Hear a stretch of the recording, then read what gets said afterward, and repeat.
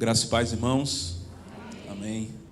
Deus seja louvado por estarmos aqui nessa manhã, com alegria em nosso coração, celebrando aquele que venceu a morte, aquele que se entregou por amor, aquele que ressurgiu dos mortos.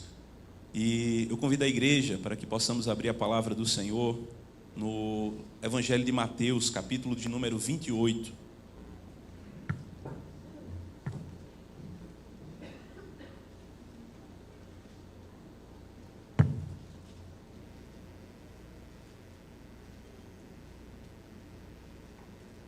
Como nosso irmão já nos apresentou, sou o pastor Abraão Demétrios, estou pastoreando lá na igreja de Vertentes, aqui cidade vizinha aqui do Agreste, cidade vizinha aqui de Caruaru, e estou junto com a minha esposa Vanessa, meu filho Israel também está aqui conosco nessa manhã, e é uma alegria muito grande poder estar aqui nessa igreja para juntos louvarmos ao Senhor.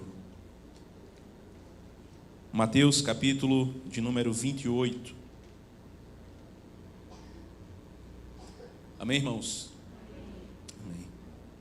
Se nos diz a palavra do Senhor. No findar do sábado, ao entrar o primeiro dia da semana, Maria Madalena e a outra Maria foram ver o sepulcro. E eis que houve um grande terremoto, porque um anjo do Senhor desceu do céu, chegou-se, removeu a pedra e assentou-se sobre ela. O seu aspecto era como um relâmpago e a sua veste alva como a neve. E os guardas tremeram espavoridos e ficaram como se estivessem mortos. Mas o anjo dirigiu-se às mulheres, disse: não temais, porque eu sei que buscais Jesus que foi crucificado. Ele não está aqui, ressuscitou, como tinha dito. Vinde ver onde ele jazia. E depois depressa e dizei aos seus discípulos que ele ressuscitou dos mortos e vai adiante de vós para a Galileia. Ali o vereis, é como vos digo. E retirando-se elas apressadamente do sepulcro, tomadas de medo e grande alegria, correram a anunciá-lo aos discípulos.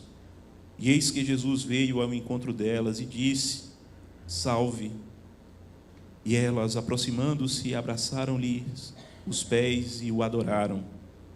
Então Jesus lhe disse: não temais, ide avisar a meus irmãos que se dirijam a Galileia, e lá me verão. Amém. Te agradecemos, Senhor, pelo privilégio da Tua graça em nossas vidas. Te agradecemos, Senhor, porque o Senhor nos amou. Te agradecemos porque o Senhor enviou Teu Filho para morrer pelos nossos pecados. Te agradecemos, Senhor, por todas as bênçãos das quais somos participantes do Teu reino, o reino dos céus. Te agradecemos, Senhor, pela preciosidade da Tua palavra, que em nós é rica e produz, Senhor, frutos espirituais e tudo quanto é necessário. A Tua palavra que não volta vazia, a Tua palavra que é viva e eficaz, a Tua palavra, Senhor, que nos transforma e que nos vivifica. E nós Te agradecemos, Senhor, e pedimos a Ti, dar-nos ouvidos para ouvir, dar-nos um coração crente, dar-nos, Senhor, uma santa disposição em nossa alma. Ó Senhor, nós vivemos em dias terríveis, dias onde o secularismo tem prevalecido sobre muitos corações, dias em que a fé tem sido colocada de lado, dias em que o amor tem esfriado, e nós rogamos a Ti, Senhor, que a chama do Teu Evangelho seja aquecida dentro de nós. Nós rogamos a Ti, Senhor, nós Te pedimos, Senhor, de coração, que possa o Senhor colocar a nossa alma em chamas por amor a Ti, por amor ao Teu Evangelho. Dar-nos, Senhor, coração de crente para crer em tudo quanto Jesus realizou. Livra-nos, Senhor, do ceticismo, livra-nos da incredulidade. Livra-nos, Senhor, de não acreditarmos nos milagres e nas maravilhas que o Senhor realizou, que possamos acreditar, Senhor, em tudo quanto está escrito na Tua palavra, que possamos acreditar, Senhor, em tudo quanto Jesus realizou, a Sua humilhação, a Sua morte, mas também a Sua glorificação, em ressurgir dos mortos, em subir aos céus, em estar assentado à direita de Deus Pai. Ó Senhor, dar-nos um coração crente, em nome de Jesus. Amém. Meus irmãos, as crianças, por gentileza, vão lá para a salinha, tá bom? Todas as crianças, para a preparação da apresentação daqui a pouco, tá bom? Obrigado. Meus irmãos, aqui no texto em que nós estamos nos detendo nessa noite, é um texto em que o sentimento do luto pairava sobre o coração dos discípulos e da igreja do Senhor Jesus Cristo. Era um dia terrível, um dia em que os discípulos estavam ali experimentando e passando pelo sofrimento da dor, do luto, da morte, daqueles a quem ele tanto amava. E quando nós passamos por um momento assim, esse momento de dor, que é um momento onde nós enfrentamos o luto, onde alguém que nós amamos morre, é um momento terrível, não apenas naquele momento específico que nós recebemos a notícia de que aquela determinada pessoa que nós amamos morreu, mas também em dias que vêm depois daquele primeiro momento. São dias difíceis, são dias de angústia, de lágrimas, dias em que nós ficamos fazendo questionamentos, nós ficamos nos perguntando por que foi daquela maneira, ou o que é que eu poderia ter feito de uma outra forma. Alguns trazem no coração um arrependimento, outros em seu coração ficam amargurados. Eu lembro que alguns anos atrás eu passei por essa experiência. Eu ainda era uma criança e uma pessoa que eu amava muito morreu, uma irmã em Cristo Jesus. Ela se chamava Dona Carmen, era uma mulher linda. Minha esposa está aqui, mas ela sabe o que eu estou dizendo. Era uma senhora de aproximadamente uns 90 anos de idade, 80, 90 anos. Uma mulher piedosa, uma mulher muito fervorosa, uma mulher de oração, uma mulher que tinha abraços afetuosos com todos da igreja. Quando ela chegava, ela abraçava, ela conversava com as pessoas. E foi uma mulher que edificou muito a minha vida em termos espirituais. E um dia ela adoeceu. Eu ainda não tinha consciência do que se passava naquele momento, mas ela estava no hospital e ela não conseguia articular as palavras. Ela estava passando por um AVC. E ali eu lembro, é como se fosse um filme, que a gente consegue voltar lá e a imagem ainda está lá muito clara. Ela tentava falar e não conseguia dizer nenhuma palavra, tudo embolado. Eu lembro que teve um momento que ela parou. Eu acredito que ali ela fez uma oração ao Senhor com a sua mente. Ela parou, fechou os olhos. Quando ela voltou, ela conseguiu falar o que ela estava dizendo para mim. Naquele momento eu não tinha capacidade ainda de conseguir reagir de uma forma que certamente eu reagiria diferente se fosse hoje. Mas ouvi aquelas palavras, guardei no meu coração. Depois de alguns dias, recebi a notícia de que ela havia falecido. E quando eu recebi a notícia, eu fiquei praticamente parado no tempo. Mais uma vez, eu não soube reagir, eu fiquei ali estagnado. Não consegui processar adequadamente aquilo que estava acontecendo. Certamente, se fosse hoje, eu com a consciência que tenho, eu teria participado do velório que eu não fui. Eu teria prestado ali as últimas homenagens, naquela despedida. Isso já faz alguns anos, irmãos, e ainda repercute em minha vida, em meu coração. Mas eu era apenas uma criança, naquele tempo não tinha muita consciência. E aqui, irmãos, nós estamos diante de um texto que eram pessoas adultas, que não faziam muitos anos que haviam se passado dessa experiência traumática de perder alguém a quem nós amamos. Era apenas o 3º dia que Jesus havia morrido. E ali estavam enlutados os discípulos, aqueles que haviam fugido quando Cristo foi preso, haviam se dispersado. Nós podemos nos lembrar de Pedro, que o negou, e quantos pensamentos, quantas reflexões, quanta angústia, certamente no coração daqueles homens. E não muito diferente, irmãos, quantas reflexões, ou como estava arrasado o coração das mulheres que seguiam a Cristo. As mulheres que, diferente dos apóstolos, elas não se dispersaram, estiveram presentes em todos os momentos. Na crucificação, estiveram ali, aos pés do Salvador, vendo aquele horror, participando ali, assistindo aqueles momentos de aflição, próximo ao Salvador. Elas estiveram presentes também quando ele foi sepultado. Tudo isso está relatado no capítulo anterior, aqui no capítulo 27. Essas mulheres estavam a todo momento aos pés do Salvador.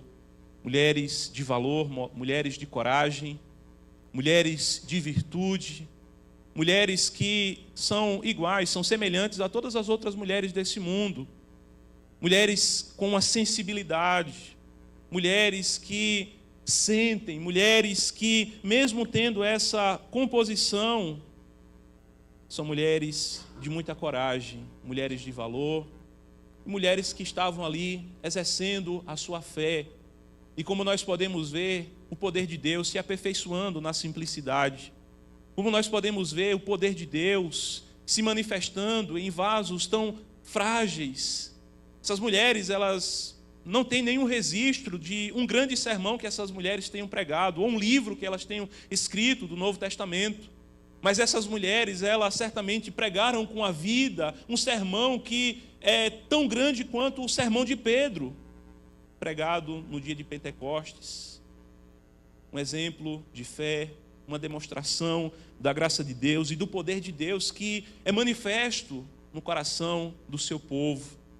E aqui, meus irmãos, nós vemos que não há uma omissão da presença feminina nos registros do Evangelho. Se fosse um escritor pagão, um grego, por exemplo, muito certamente teria omitido isso. Os gregos, eles não tratavam bem as mulheres. No contexto da cultura grega, uma mulher, ela tinha um pouquinho mais de consideração do que um escravo. Os romanos também não tinham um bom tratamento para com as mulheres. Era um tratamento degradante. Era um tratamento que objetificava as mulheres, tratavam elas como um objeto sexual. As mulheres eram tratadas assim naquela cultura, naquele contexto, daquele tempo. Mas o Evangelho, a palavra de Deus, a cultura cristã sempre tratou as mulheres de uma outra perspectiva, tratando-as e mostrando-as que elas são a imagem e semelhança de Deus, que elas são preciosas, que elas são valorosas, que elas têm um agir de Deus em sua vida, com aquilo que elas realizam, os papéis que desempenham, em suas funções, servindo ao Senhor. Aqui estavam elas, a todo momento, ministrando diante do Salvador. E é dito no texto que foi no findar do sábado, ao entrar do primeiro dia, elas estavam prestigiando o primeiro domingo de celebração da Igreja de Cristo, a inauguração de um novo dia de descanso, o sábado cristão. Elas estavam, irmãos, indo ali para fazer os preparativos com o corpo de Cristo. Certamente elas estavam no piloto automático. Quando você passa por uma experiência traumática, muitas vezes você entra em piloto automático. Às vezes você vai fazendo as coisas e fazendo, e você, às vezes, não para refletir muito sobre questões anteriores. E aquelas mulheres estavam indo, simplesmente indo, fazendo o que precisava ser feito. E elas foram até lá, no primeiro dia da semana, Maria Madalena, uma mulher que antes de Cristo, tinham uma vida destruída, aprisionada a Satanás, subjugada por demônios, mas que tiveram um encontro com o Salvador, que Cristo o libertou, fizera dela uma nova mulher, lhe dera a verdadeira liberdade. Em Cristo ela encontrou a verdadeira feminilidade, o que é de fato ser mulher. Ela encontrou a vida, e ali estava ela, mais uma vez, indo ministrar diante do Senhor, servir ao Senhor, até no momento em que ele está sepultado. E nesse momento há uma grande surpresa, um terremoto. Um terremoto que não era, naquele momento, um terremoto comum, mas era um terremoto que estava ligado a questões maiores do que simplesmente questões naturais. Era um terremoto à semelhança daquele que aconteceu em Êxodo 19, quando na entrega da lei o monte estremecia. É um ponto de marcação, é uma sinalização. Estava chamando a atenção das pessoas naquele momento para prestarem atenção em um dos acontecimentos mais gloriosos da história da igreja. É como se Deus estivesse dizendo: escutem, estarei falando com vocês. Porque um anjo, mensageiro do Senhor, aqueles que são portadores de mensagens da parte do Senhor para entregar ao seu povo, desceu do céu e removeu a pedra e assentou-se sobre ela. É o triunfo do céu. É a vitória, é uma imagem daquilo que diz respeito à vitória de Deus sobre os seus inimigos.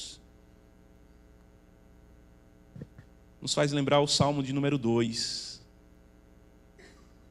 quando diz: porque se amotinam as nações, pensam os povos sempre em vaidades, os reis da terra tomam posições, e os governantes buscam unidade contra o Senhor e contra o seu ungido, dizendo os laços seus vamos romper, vamos nos libertar do seu ungido, dele queremos nós nos desfazer.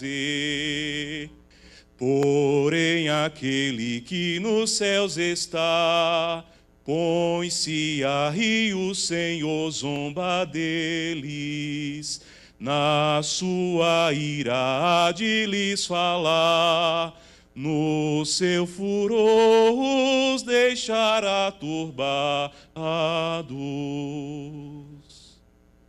E foi assim, irmãos.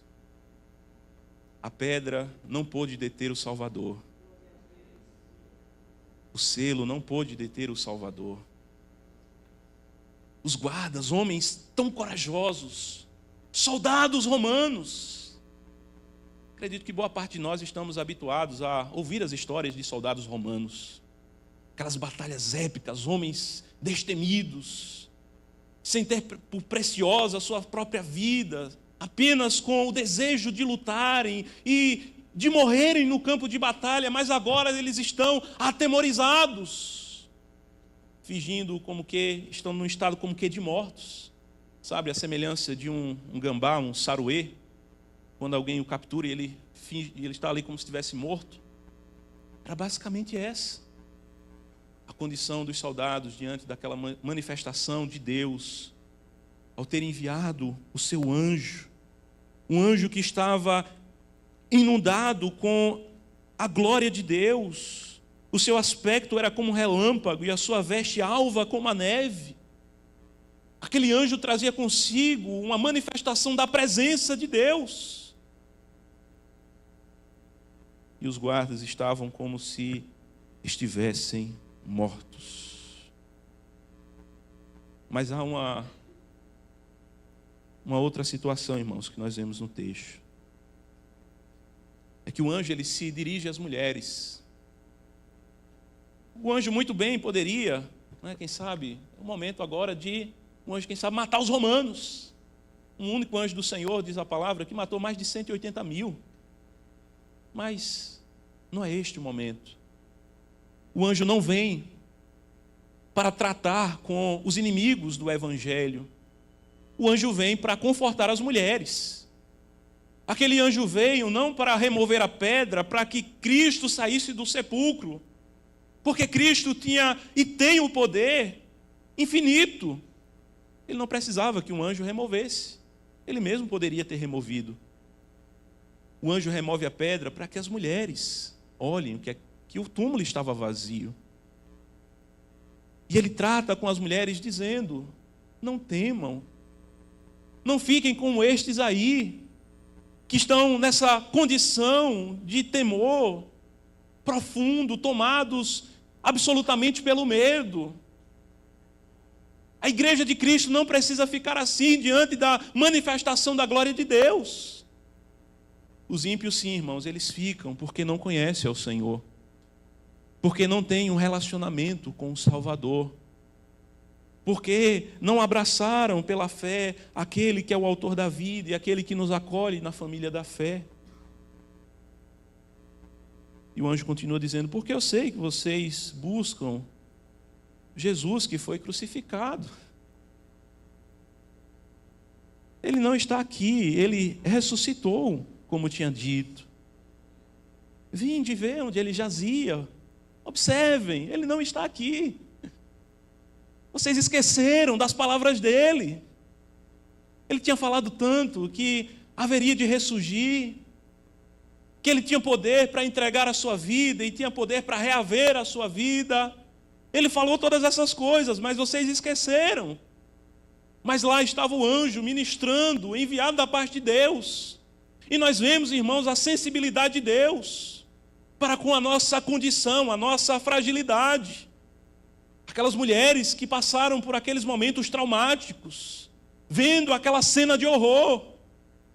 Boa parte de nós aqui, irmãos, sequer consegue ver um teatro da paixão de Cristo. Um filme onde um ator retrata os horrores da crucificação. Aquelas mulheres estavam lá. Elas viram todo aquele horror, todo aquele sangue descendo. Elas viram o que aconteceu com os ladrões que estavam de um e do outro lado. Tiveram as pernas quebradas. Que coisa, que cena tão horrorosa, que trauma tão grande, irmãos. E Deus é sensível, irmãos, à nossa fragilidade. O Deus que fez com que Cristo ressuscitasse dentre os mortos é um Deus que se importa conosco. E essa é uma das grandes verdades do dia da ressurreição de Cristo. É que Deus se importa com o seu povo. Deus se importa com as mulheres. Meus irmãos, como essa mensagem é impactante para o nosso tempo, onde muitos tratam o cristianismo, o evangelho, como não dando uma devida atenção às mulheres, e aqui nós vemos algo completamente diferente. Nós vemos Deus se importando com as mulheres, como de fato precisam ser tratadas. O anjo vem para confortar essas mulheres, para ajudar essas mulheres, para fazer com que a vida delas se organize nesse momento deslocado. Esse momento que a gente, depois de um luto, não sabe muito bem como as coisas elas vão se ajustar. E Deus ele está fazendo isso na vida dessas mulheres. E Ele faz, irmãos, na sua vida também e na minha.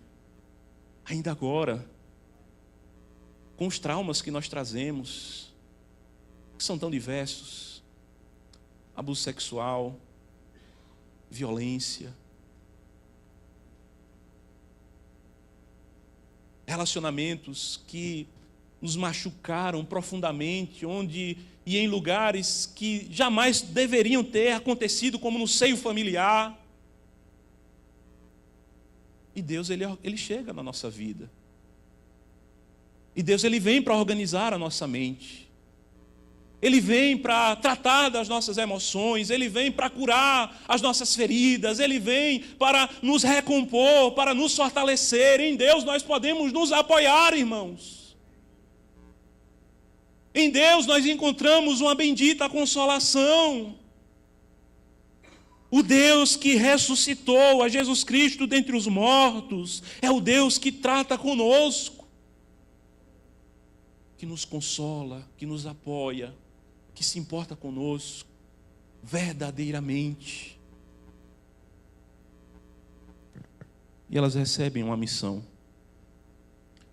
E depois, depressa, e dizer aos seus discípulos que ele ressuscitou dos mortos e vai adiante de vós para a Galileia, ali o vereis.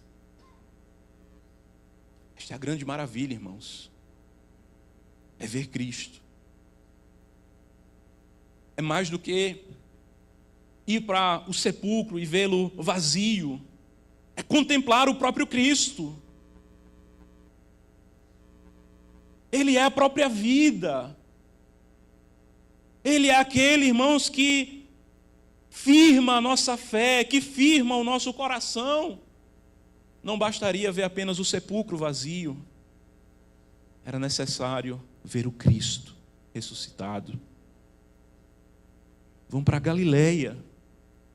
Como diz lá em Mateus capítulo 4, a região de sombras e de trevas, aquele lugar que já foi um ambiente de visitação e da manifestação divina, vai continuar sendo. A luz, ela vai brilhar no meio da escuridão, Cristo vai se revelar em meio a lugares sombrios e tristes e angustiantes, e lugares onde pessoas estão oprimidas e flageladas. Vocês vão ver Cristo, vocês vão contemplar ao Senhor. É como vos digo, é algo absolutamente certo. E retirando-se elas apressadamente do sepulcro, tomadas de medo e grande alegria. Veja, a vida com Cristo, ela é marcada por sentimentos contrastantes. Medo e alegria. Salmo 126 diz que com lágrimas semeiam, com júbilo ceifarão. Jesus diz no Sermão do Monte, bem-aventurados os que choram, mais do que felizes. Na ressurreição de Cristo nós vemos isso, sentimentos contrastantes, envolvendo a vida daquelas mulheres, as primeiras testemunhas da ressurreição de Cristo. Elas saíram correndo, elas não ficaram paradas, foram anunciar aos discípulos. E aqui, irmãos, o grande momento. E eis que Jesus veio ao encontro dela e disse: salve. Se fosse um nordestino, poderia dizer: opa, bom dia, alegrem-se. Jesus vem assim, irmãos, com essa singeleza, com essa bondade. Ele vem, irmãos, ao encontro dos seus. Ele vem, irmãos, não em um sentimento de ira, de cólera, de revanchismo. Ele não está preocupado com os romanos, com os líderes, com os fariseus, com os religiosos, com os políticos do seu tempo. Não, ele está preocupado com a sua igreja, ele está tratando com a sua igreja. É o estágio, irmãos, aqui de glorificação. Cristo está no estado de glorificação. Ele ressuscitou dos mortos e ele vem e ele diz: salve. E ele vem assim tratando conosco também, irmãos.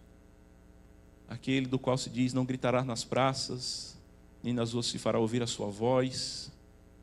Ele vem assim, de modo singelo, tratar conosco. Salve. Jesus nos dá um bom dia nesse domingo. Ele vem nos cumprimentar. Ele vem e nos tratar com termos pacíficos, porque foi com esse objetivo que ele morreu na cruz. Foi para nos trazer a paz com Deus, a comunhão com Deus, a harmonia com Deus. E elas, aproximando-se, abraçaram-lhes os pés e o adoraram. A ressurreição leva a adoração. Aquele que ressuscitou, irmãos, faz com que o nosso coração, ao contemplarmos a sua pessoa, nosso coração seja levado à adoração. E nós que estamos aqui nessa manhã, irmãos, nós estamos assim, dessa forma, nós vimos a Cristo. Pela fé, nós contemplamos a Cristo, nós experimentamos de Cristo. Nós somos por Ele tocados espiritualmente, e nós nos achegamos a Ele, e nós o adoramos. Nós nos prostramos aos seus pés, nós o reverenciamos. Aquele que em sua pessoa é homem e Deus, Senhor meu e Deus meu. Ali estavam aquelas mulheres adorando. Oh, irmãos, que recompensa depois de tanta angústia, depois de momentos tão tensos, ter passado por todo aquele trauma, de todo aquele horror da crucificação, o sepultamento. Agora elas estão diante do Salvador. Assim também será, irmãos, na consumação dos séculos. Vai valer a pena, irmãos, os traumas que nós enfrentamos e nós colocamos aos pés do Senhor e deixamos Ele tratá-los na nossa vida. Vai valer a pena passar pelo sofrimento, porque um dia nós estaremos com o Senhor. Vale a pena, irmão, sofrer com Cristo. Essas mulheres sofreram com Cristo. Você pode estar sofrendo com Cristo, carregando a sua cruz no seu lar, sofrendo com Cristo, carregando a sua cruz no seu trabalho, na sociedade, ou quem sabe até na igreja. A recompensa, irmãos, e a recompensa é Cristo. O grande tesouro da igreja é Cristo. Ele é o amado da igreja, o desejado da igreja. Ele é aquele que o nosso coração, como crentes, como noiva de Cristo, é arrebatado para o amar, para o adorar, para estar diante dele.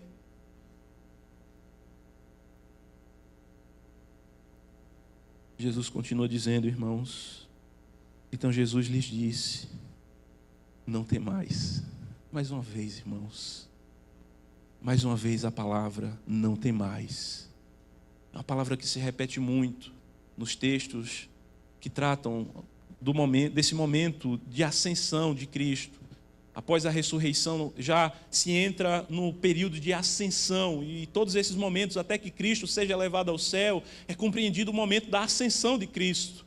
E essa palavra se repete muito, o Cristo exaltado, o Cristo que recebeu todo o poder nos céus e na terra. Ele está dizendo à sua igreja, não temam.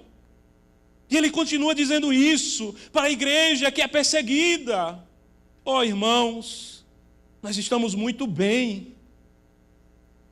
Nossos filhos não estão sendo sequestrados. Nossos cônjuges não estão sendo presos. Ou mesmo os líderes da nossa igreja, mas há irmãos nesse momento que estão passando por isso, sendo esmagados pelo islamismo, a perseguição do extremismo. Muitos estão, irmãos, com o seu sangue sendo vertido em muitos lugares do mundo. E essa mesma palavra chega para a igreja hoje, dizendo, não temam. Não temamos também, irmãos, diante das ameaças que nós enfrentamos no cenário, seja político, social, seja ele qual for. Não temais, essa foi a palavra de Cristo. E ele diz, ide avisar a meus irmãos que se dirijam a Galileia e lá me verão. Que maravilha, irmãos. Ele não diz, vá lá e fale com aqueles covardes. Vá lá e avise aquele Pedro, aquele que me negou 3 vezes, que ele vai me ver lá, e lá eu vou dar uns cascudos para ele aprender. Não, irmãos. Meus irmãos. A ressurreição de Cristo, irmãos, nos faz pensar sobre a graça de Deus. Os discípulos fugiram. Talvez você tenha fugido hoje mesmo, ainda estando aqui. Talvez, irmãos, muitos de nós possamos estar assim nessa manhã, pensando e refletindo sobre os pecados que nós cometemos contra o Salvador, que são, irmãos, compatíveis com aquilo que fizeram os discípulos, é negar a Cristo. Quando nós pecamos, nós estamos negando a Cristo. Mas Cristo ressurreto, o Jesus que venceu na cruz, é o Cristo que é cheio de graça, graça sobre graça, para derramar sobre pecadores o perdão e a reconciliação. Portanto, irmãos, reconciliai-vos já com Deus. Portanto, que possamos ouvir a palavra da verdade do Cristo ressurreto que diz: meus irmãos, minha família, vocês são meus. Não, eu não os lançarei fora. A religiosidade tem muito disso, irmãos. Mas Cristo não é um religioso. Ele é o Salvador. Ele é o próprio Evangelho. A religião lançaria fora estes homens. Matai-o todos. A religião diria: excomungai-os todos. Sem clemência, sem perdão. E Cristo diz: não, meus irmãos, o sangue de Jesus é poderoso para nos purificar de todo pecado. Você que está sendo golpeado pelo seu pecado, você que está remoendo dentro de si um sentimento dizendo: eu pequei contra o Senhor, lembre-se da palavra de Cristo, você é meu irmão. Se o nosso coração nos acusa, maior é Deus do que o nosso coração. Nós não nos julgamos a nós mesmos. Quem nos julga é o Senhor, e aquele que nos julga diz: meus irmãos.